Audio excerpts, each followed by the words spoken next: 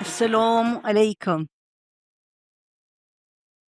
What you have just heard me saying is only a one pattern that you could hear in the United Arab Emirates of how to say Assalamu alaikum. 30 years ago, you would have heard this pattern only in the mountains of Rais Al Khaimah and the coastal line of Diba, but not anymore. Actually, this could be the pattern of every day of a person who is sitting next to you. And therefore, it is part of his identity and part of his identity. Yes. This is, in fact, the legacy behind the United Arab Emirates' long history of linguistic patterning. There are lots of varieties that exist in the United Arab Emirates.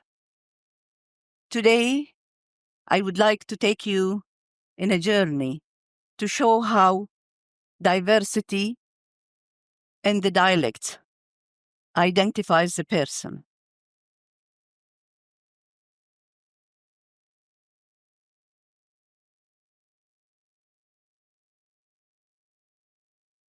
What you have just heard me of shifting between the Hamza and the A,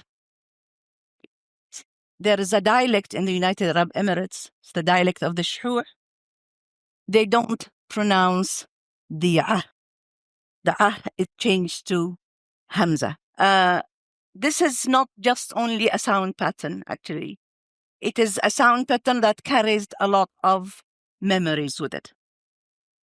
The linguistic delicacy of the United Arab Emirates that I will share with you a glimpse of it. And I'll try to show how this diversity, in fact, mirrors the UAE long history of communicative lives. There are lots of history books that we have read, memoirs of voyagers, a lot of narratives told by travelers, and even, in fact, notes written by trespassers and visitors. All of these books, in fact, restated to us, reminded us with the long history of the United Arab Emirates that it enjoyed in this region. And it showed us also that the important role that was played by this region in terms of the frankincense navigation, maritime navigation, in terms of routes of frankincense and pearls. Not only that, but this documentation, in fact, recorded to us the human activities in this region. And also, eventually, through archaeological finds and artifacts, it revealed the patterns of human settlements here in this country.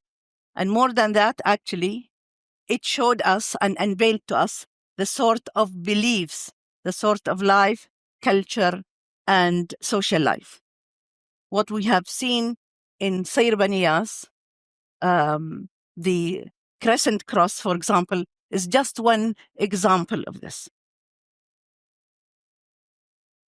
To illustrate and to come closer to what I mean is that I am sure that a lot of you have noticed sometimes how the question, how are you? Some would say, كيف حالك? Some would say, كيف حالك?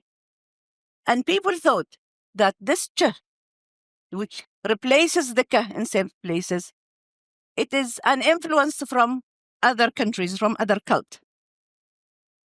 Thinking that because the cha actually does not exist in the Arabic language.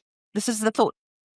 You will be surprised if I tell you that this variety and this diversity was attributed to an ancient language, which is Akkadian. So we are talking about the 3rd century BC. This is when the Akkadian language became the language of correspondent in the Near East. This also applies to the shift between the Hamza and A. this change took place in the second millennium BC.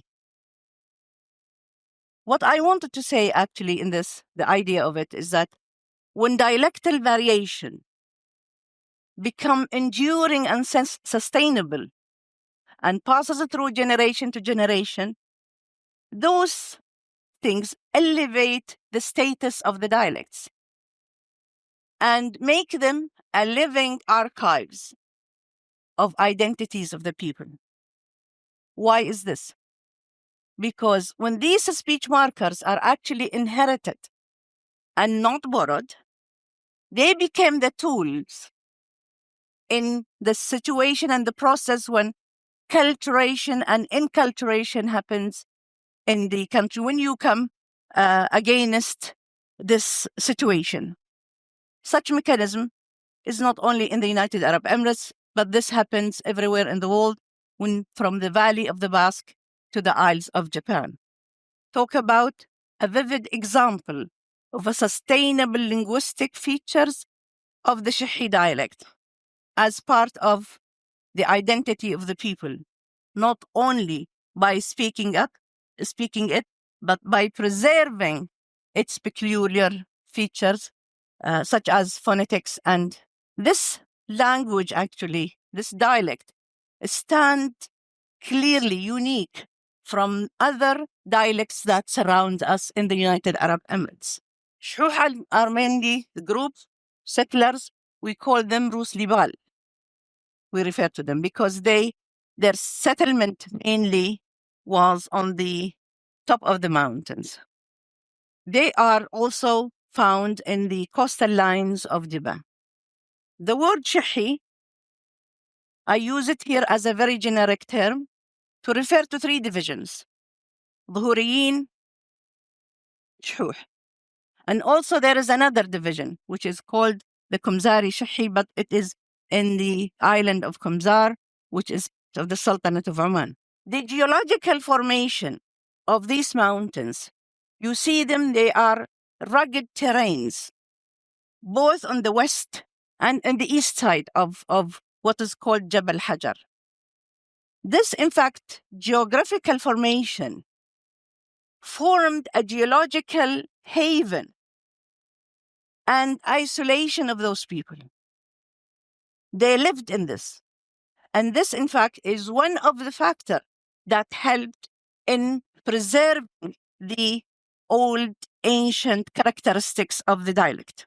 In my first attempt to look at the Shehi dialect, when I started, I was fascinated.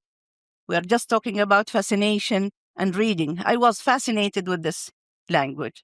And I started, in fact, exploring the characteristic of this language and gave it a description, a linguistics description. To my surprise, without having any, source books or any documentation in my hands, I had to say which language, because there was at the time a misconception, a lot of misconception about this dialect, saying that this is a dialect that comes from a cult or a civilization or a language that is not Arabic. But I insisted that I have to prove that this is an Arabic language. And to my own surprise, after my studies, I came to notice that the Shehi dialect, in fact, exhibit a lot of characteristics with South Semitic dialects that exist, like Mehri, Harsusi, Shahri, and the like, and Jabali, Haybot, and a lot. So most of these characteristics actually come from there. It seems clearly for me and to other researchers that this language, this dialect, in fact, it was formed with a lot of dialects of Arabic. However, this dialect stopped at a point in history and did not develop or change according to in the same way that other Arabic dialects developed. This has always happened when the people settled in remote places, cut off from communication with others. For example, we find them in Iceland, We find them in Sardinian, and there is the Manx, Isle of Man, a lot. But let me say to you that the Shehi dialect is actually a linguistic capsule, a living museum of Arabic early forms. And I will show you now with lots of examples. The uniqueness of the Shehi dialect relies actually in its phonological system, the sound system of the Shehi. Again, I will go back to the Hamza and Ah, and to reveal the answer, the information that this Ah and in fact took place in all Semitic languages. And this change happened in the 2nd millennium BC. Where what? Where the sounds that are produced from the larynx and the pharynx here, they change to Hamza. So you see in North Arabia, like in Palestine, Jordan, Sham, and Egypt, the changed to Hamza. So the qa changed to Hamza. So qalam, they say alam, qamar, amar. While in North Arabia, it is the that changed to Hamza. So in the Shehi dialect, it's not just, a few forms. All the they don't have in their phonology at all. It changed to Hamza. Another peculiar and unique characteristics of the dialect is also the pronunciation of the R. The R is a bit of retroflex. So, for example, they say Sayora, Arba. As you can hear, the R is completely different. No one pronounced it in this way in the vicinity, in the neighboring dialects. It's only in the Shehi dialect. This is also characteristics that is shared with South Arabian dialects, such as Hibut and also in Mihri dialect. There is a total merging of some of the sounds like th and ta. The Shehi, they don't have th in their phonology. They say talote for thalata. And the same thing with da and da. They merge. Say the word dhahab, for example, they pronounce it dahab. They don't have the da in their pronunciation. And also the same with dah and dah. In the UAE dialect, we pronounce dah into dah. The opposite is with the Shehi, in fact. The dah becomes dah. So Abu Dhabi with dah changes to Abu Dhabi dad. And al-dhuhr, for example, they say al-dhuhr. In fact, some of them that I have, some of my informants, they pronounce it gha. They say al-dhuhr. And some of them also in the coastal line of Diba, they pronounce it bayg, like this. For example, bayg, they say bayg. So these are, in fact, unique characteristics of the Shehi dialect. Not only that, you could also sense the lengthening of the vowel. So for example, the word bahar, they say bahar. They have this lengthening of the qatar, qatar, ta'ab, ta'ab. They have this lengthening vowel. Also, they have their dialect is quite unique when they in comparison to the UAE dialect, where we have the long vowel, they have we call them diphthongs, two vowels together. So they say Jaime. We say Jaime. They say Jaime. Gauss. Paul. These are a very, as I said to you, these characteristics of the dialect is shared with South Arabian dialects such as Mihri and Harsusi. I will go also, this is not only related to phonology and the sound system, but also the Shehi retained a lot of ancient words that maybe have developed and evolved to something else except in the Shehi dialect. For example, the word sayi still exists with the Shehi, and it means something that, it's something dirty. I found it in the Sabaic dictionary. When I was looking, I said, from where did it come? I found it in the Sabaic dictionary, and it means something that to become contaminated. The Shehi also use the word aqir for someone who is stout. And I said, from where did they bring this? Aqir.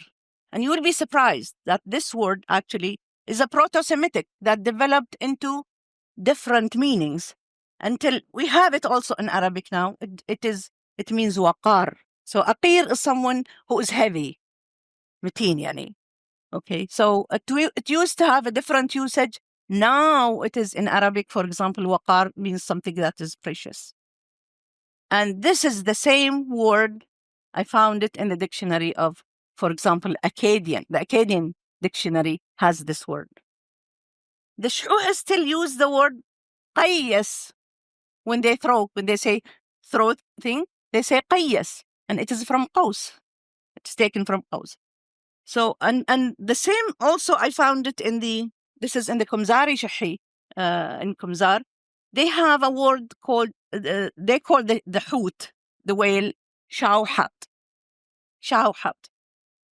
And in fact, this word existed in Arabic in the past, and I saw it in the Lisan al-Arab, says that it means something that is, that measures more than 5 cubits.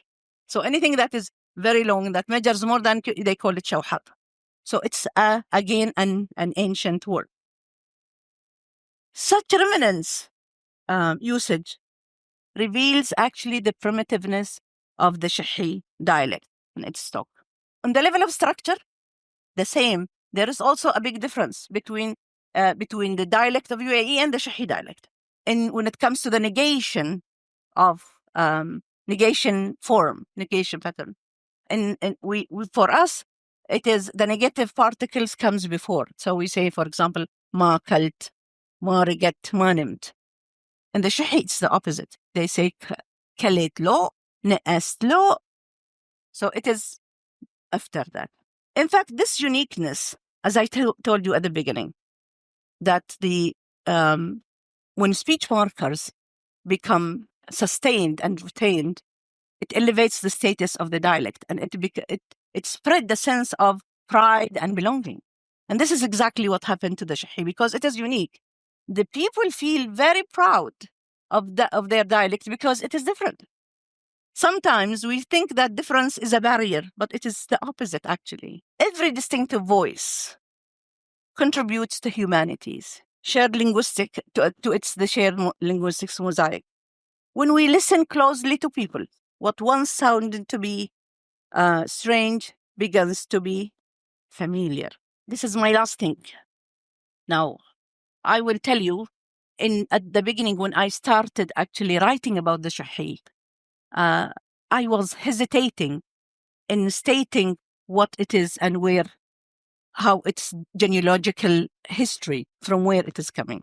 But I think the massive archaeological finds that are running now in the United Arab Emirates has proven that there are lots of connection that happens in this region with ancient civilization. For example, I just talked about the symbol, the Christian